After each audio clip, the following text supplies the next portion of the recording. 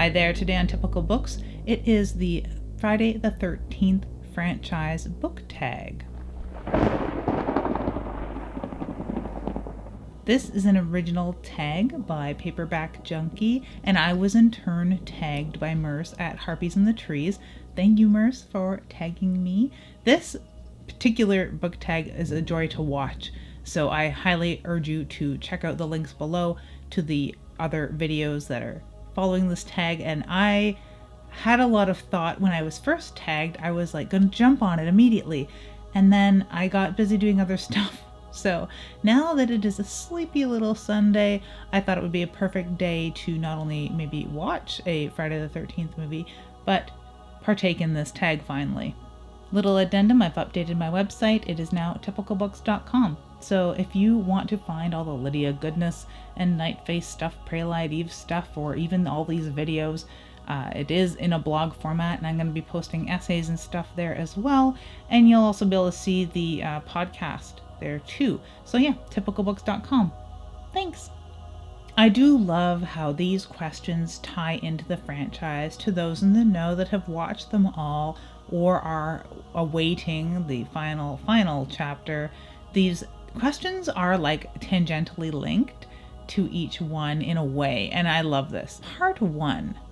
A book where the mother is the villain. We can see how that links to the first movie. And I'd have to say, V.C. Andrews' Flowers in the Attic. Both of the mothers are villains in this book, and I couldn't not pick this book. Flowers in the Attic is the quintessential book where the mother is the villain. Part 2.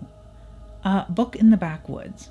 I cannot resist picking a book that I've covered not too long ago, Horror in the Woods by Lee Mountford. Now, there are a lot of horrors in the woods. The Ritual is another one. Adam Neville's great book, The Ritual. But that's not quite backwoods enough. Horror in the Woods is deep backwoods. It hits those hillbilly horror beats that I want to be hit so very readily. It is really the book that first springs to mind. And sure, there's lots of other, like you could say Offspring, you can name some Richard Lehman books too, but Horror in the Woods is really a backwoods hillbilly hoedown to end them all. Part 3, a book with a masked character. And for that, I'm going to pick Buttonhead or Buttonface.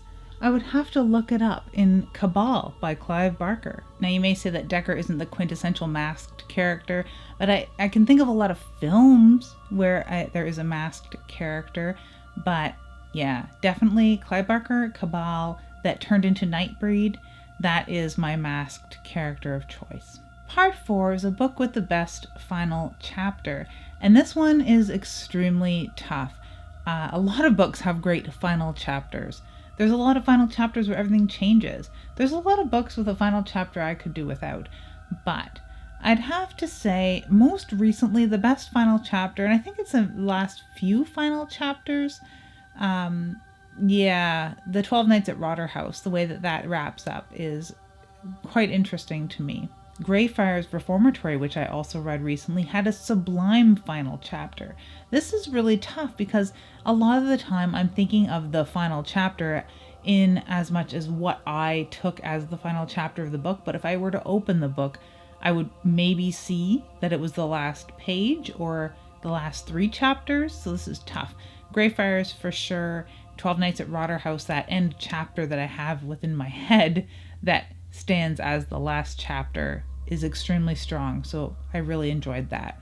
Part 5 is a series that changes its protagonist from the first book to the last, and I don't read a lot of series, I will have you know, and it's tough in a way because what springs to mind first is The Hobbit, and I count The Hobbit as the beginning of the Lord of the Rings series, right? So that sort of changes, your protagonist sort of changes, and Bilbo shows up later, so like that sort of, the reins are passed to Frodo. So that is the first one that jumps to mind because I just don't read a lot of series. Now you could say the David Moody, the Hater series, it does change, but I would have to read them or open them. But first thing that springs to mind, because this is supposed to be a fun tag not sending me to my bookshelves researching, is The Hobbit. Part 6 is a book with something or someone resurrected from death. And I'd like to say Frank in The Hellbound Heart. There's a lot of books with people resurrected from death. A lot of them, I'm trying to recall, was it necromancy? Were they zombies? There's a lot of that, right? But I think that the best one and the most unique one of somebody being brought back to life is Frank from Hellbound Heart. Part 7 is a book with a character with telekinesis. And that is also a tough one too. And from the videos I've watched, that seems to be a sort of tough one for some people. But I will say The Girl with the Silver Eyes. This is a YA novel from my youth by Willow Davis Roberts, and I haven't read it in a very long time, but it definitely piqued my interest in the paranormal and things like Uri Geller and learning about all of the hoaxes with telekinesis, and myself trying to hone my concentration so that I could maybe someday do this. And yeah, that's the first book that comes to mind of somebody with a very fun case of telekinesis, who actually, it becomes like a coming of age novel. It's a wonderful book, and hopefully I can dig up a copy someday and see if it was as creepy and fun as I recall. Part 8, a book that takes place in New York. And I want to say Ira Levin's Rosemary's Baby. I also want to say Son of Rosemary, but if you've watched my review, you know what I think of Son of Rosemary, but he does really dig into New York like a New Yorker, right? Because he was. But like the first book, Rosemary's Baby, has a darker bent on New York, and I really enjoy that particular book, and I'm sure a lot of us do. So yeah, Rosemary's Baby is high New York. And that is maybe like the worst Friday the 13th movie. I mean, I dislike Freddy vs. Jason as well, but I don't want to talk about my likes and dislikes, or how part 1 and 2 are just one big long movie in my mind. Part 9 is a book that takes place in hell or has something to do with the occult. Well, take your pick. I'd have to say Edward Lee's City Infernal trilogy or Lucifer's Lottery. They all have something to do with the occult, and they all take place in hell. And it's probably my favorite hellscape. The way that hell is described in Edward Lee novels, I just love so much. Part X, a book that takes place in space. Well, I could say the Nancy Kilpatrick Jason in Space, Jason X book. Chris has a copy upstairs. I haven't read it myself, but I know it exists. So am I cheating by saying a Friday the 13th book? It isn't a film. So it is a book. It's a standalone story that continues on with Jason in space. So I could definitely say that. Yeah, I'm going to go with that. I don't read a lot of space stuff. Because, I mean, like, are we talking science fiction or are we talking horror here? So I want to name a horror book so badly. But, I mean, yeah. Jason X. Part 11 is a book that takes characters from different franchises. It's a mashup, and it's my least favorite Friday the 13th film entirely. But one of my most favorite books in the past decade has been The Only Child by Andrew Piper.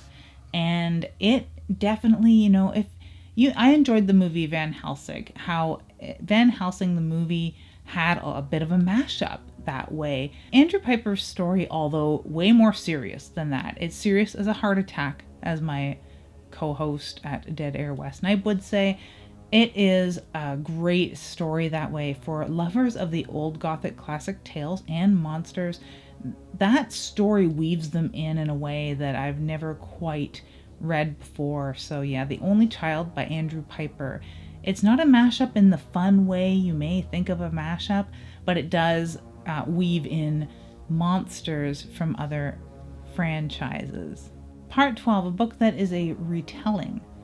Now, I could name like so many different Dracula books, which are just retellings. There's so many different Frankenstein books that are retellings. I'm going to choose a book I haven't read that is on my list. I've heard people talking about it so often, but The Terror by Dan Simmons. It may be a retelling of a true story, but it's a retelling nevertheless, and it does take it into unexpected supernatural territory, which I adore. The whole story is unbelievable. I could go, if we're talking film, Devil's Pass, about the Dyatlov Pass incident. It's a retelling. We could talk about The Hunger, which is a retelling of another real incident. So no real fictional retellings spring to mind, unless you want to count Head Full of Ghosts, which is a retelling of We've Always Lived in the Castle in one way or another. You know, that sort of stuff. Very loose retellings, but I'm going to stick with The Terror by Dan Simmons, and maybe this will inspire me to buy a copy. And part 13, Lucky 13, Ookie Spooky 13, a book that you found in a used or thrift bookstore. Well, I buy a lot of those sorts of things, and I'm going to have to say the best one I ever found, I think, was Nightmares in the Sky by Stephen King. Nightmares in the Sky isn't a typical Stephen King book. It's an essay about gargoyles, a long-form essay about gargoyles. I just want to know who took those awesome photos. So thank you very much, Merce, for tagging me in this super fun tag. Go check out Paperback Junkie, who came up with this tag. It's fantastic and fun. So if you haven't done it already, give it a shot. If you feel like doing this tag, even in the comments below, just fill it out down there and we'll all give it a read. Thank you again for watching, and have an ookie spooky day.